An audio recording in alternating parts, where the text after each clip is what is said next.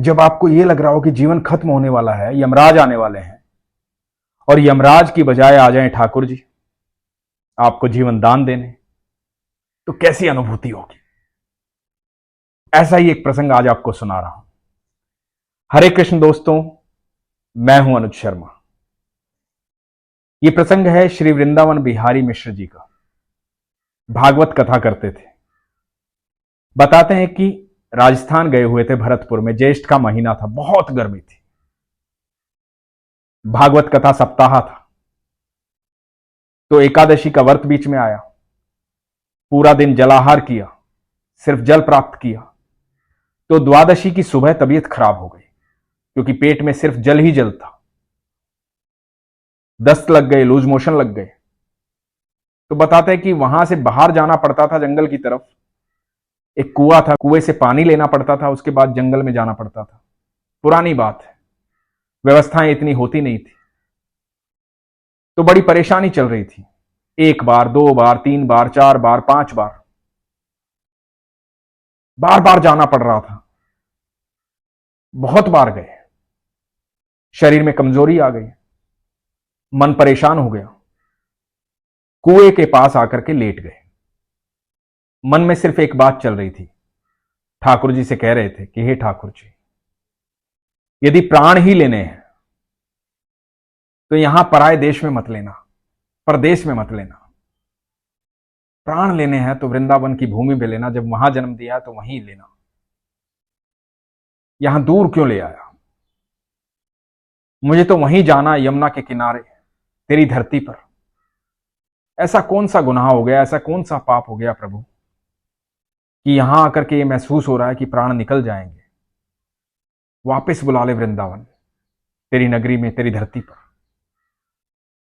उससे पहले मत मारना। मन इतना घबराया हुआ था, हालात खराब थे, बहुत ज्यादा तबीयत गड़बड़ा गई थी। दोपहर में कथा भी करनी थी, कथा का आखिरी दिन था। मन में कई सारे सवाल चल रहे थे कि कथा भी पूरी नहीं हुई है, लोग क्या सोचेंगे, तबीयत भी खराब है। इतने में वृंदावन बिहारी मिश्र जी बताते हैं कि एक साधु आए, 20-22 साल की उम्र के, घुंघराले बाल, पीले वस्त्र धारण किए हुए, सुंदर चेहरा, मोटी मोटी आंखें, एक झोला टांगे हुए थे। झोला भी पीले रंग का था। झोले से बाहर झांक रहा था एक मोरपंख और एक बांसुरी। साधु थे, पेड़ के नीचे बैठ गए, अपना सामान निकालने लगे। झोले से सामान निकाल करके रखा, जैसे कुछ तलाश कर रहे थे। उसके बाद कुएं पर आए, कुएं से पानी निकाला, हाथ पैर धोए और मुझसे पूछा कि पेचिश हो गई है तुम्हें, पेट की गर्मी अत्याधिक हो गई है। कल व्रत था ना एकादशी का, खाली पेट रहे, इसलिए बड़ी दिक्कत हो रही है। वृंदावन बिहारी जी ने कहा कि हां, पेट में बड़ी दिक्कत हो गई, बड़ा परेशान हूं। तो उन साधु ने कहा कि आज तो कथा भी है ना तुम्हारी, कथा भी करनी है, तो मैं इसीलिए तो आया हूं। अब तुम्हें दवाई दूंगा, दवाई ले लेना, ठीक हो जाओगे। तो वृंदावन बिहारी जी ने कहा कि ठीक है। तो उन्होंने अपने झोले से एक ककड़ी नुमा फल निकाला और कहा कि लो, ये खा लो। और फल देख करके बिहारी जी ने कहा कि नहीं, मैं अभी नहीं खा पाऊंगा, मैं घर जाकर के खा लूंगा, काली मिर्च और नमक के साथ। तो साधु ने कहा कि कोई बात नहीं, काली मिर्च और नमक मेरे पास है। और एक पुड़िया खोली और पुड़िया निकाल करके वृंदावन बिहारी जी के हाथ में रख दी कि लो, काली मिर्च और नमक, अब खा लो। वृंदावन बिहारी जी का बिल्कुल मन नहीं था कि पता नहीं साधु ने क्या दिया है, क्या नहीं दिया है, खाऊं ना खाऊं। पर वृंदावन बिहारी जी बताते हैं कि वो जैसे जैसे कह रहे थे ना कि खा ले, तो ऐसा लग रहा था कि खा लूं बस। ऐसा लग रहा था कि ये आदेश है, और खा लिया। जैसे ही खाया तो उन्होंने कहा कि अब पानी पी लो, तो उठा करके पानी भी पी लिया। उनके चेहरे पर तेज था, अद्भुत तेज था। फिर उन्होंने मुझे कहा कि अच्छा सुनो, अब विश्राम के लिए चले जाओ जहां रुके हुए हो। 2 बजे कथा का समय हो जाएगा, कथा सुनाना, मैं भी आऊंगा सुनने।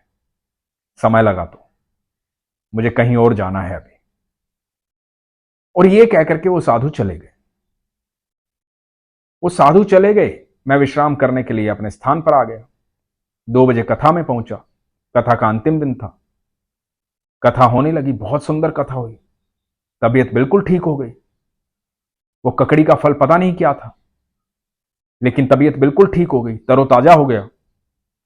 मैं पूरी कथा के दौरान उन साधु महात्मा को ढूंढता रहा, लेकिन वो कहीं दिखाई नहीं दिए। तब तक मन में कुछ बात नहीं आई थी, लेकिन जब कथा संपूर्ण हो गई, मैं स्वस्थ हो गया, तो मेरे दिमाग में एक बात आई कि उस समय मैं मेरे ठाकुर जी को याद कर रहा था और कह रहा था कि ठाकुर जी, ये परदेश में आकर के ऐसी हालत मत कर, कुछ भी करना है तो मेरे वृंदावन में कर। मेरे ठाकुर मुझे दवा देने आए। फिर याद आई वो बांसुरी जो उनके झोले में थी, वो मोर पंख, घुंघराले बाल, मोटी आंखें, खूबसूरत चेहरा, वो तेज। फिर सब कुछ याद आ गया। क्यों पीतांबरी पहने हुए थे, पीले वस्त्रों में थे, उन्हें कैसे पता था कि मुझे क्या दिक्कत है? उन्होंने क्यों दवाई दी? उन्हें कैसे पता था कि आज कथा का आखिरी दिन है? ये सब बात ध्यान में आई, लेकिन उस वक्त ध्यान में नहीं आई थी। ऐसा ही होता है दोस्तों, जब ठाकुर जी आते हैं तो आपको अनुभूति करवा देते हैं, लेकिन आप उन्हें पहचान नहीं पाते हैं। वो सच्चे भक्तों के पास जरूर आते हैं, उनकी दिक्कत में उनके सामने खड़े होते हैं, उनकी सहायता करते हैं। आप यकीन मानना, कृष्ण कैसे काम करते हैं। जब आप उनसे प्रार्थना करते हैं कि प्रभु मुझे ये आवश्यकता है, प्रभु ये मेरी मुसीबत है, इसको हल करो, तो कृष्ण दूसरे व्यक्ति के मन में बैठ जाते हैं और आपकी समस्याओं का हल करवा देते हैं। उस व्यक्ति के अंदर जो उस समय आपकी मदद कर रहा होता है, साक्षात कृष्ण ही होते हैं। कृष्ण सब जीवों के भीतर है, सबके भीतर है। इसलिए सब जीवों का सम्मान करो, अपने ठाकुर पर विश्वास करो। इसलिए हमेशा कहता हूं कि अपने विश्वास को मजबूत रखो, अपना ख्याल रखो। हरे कृष्ण।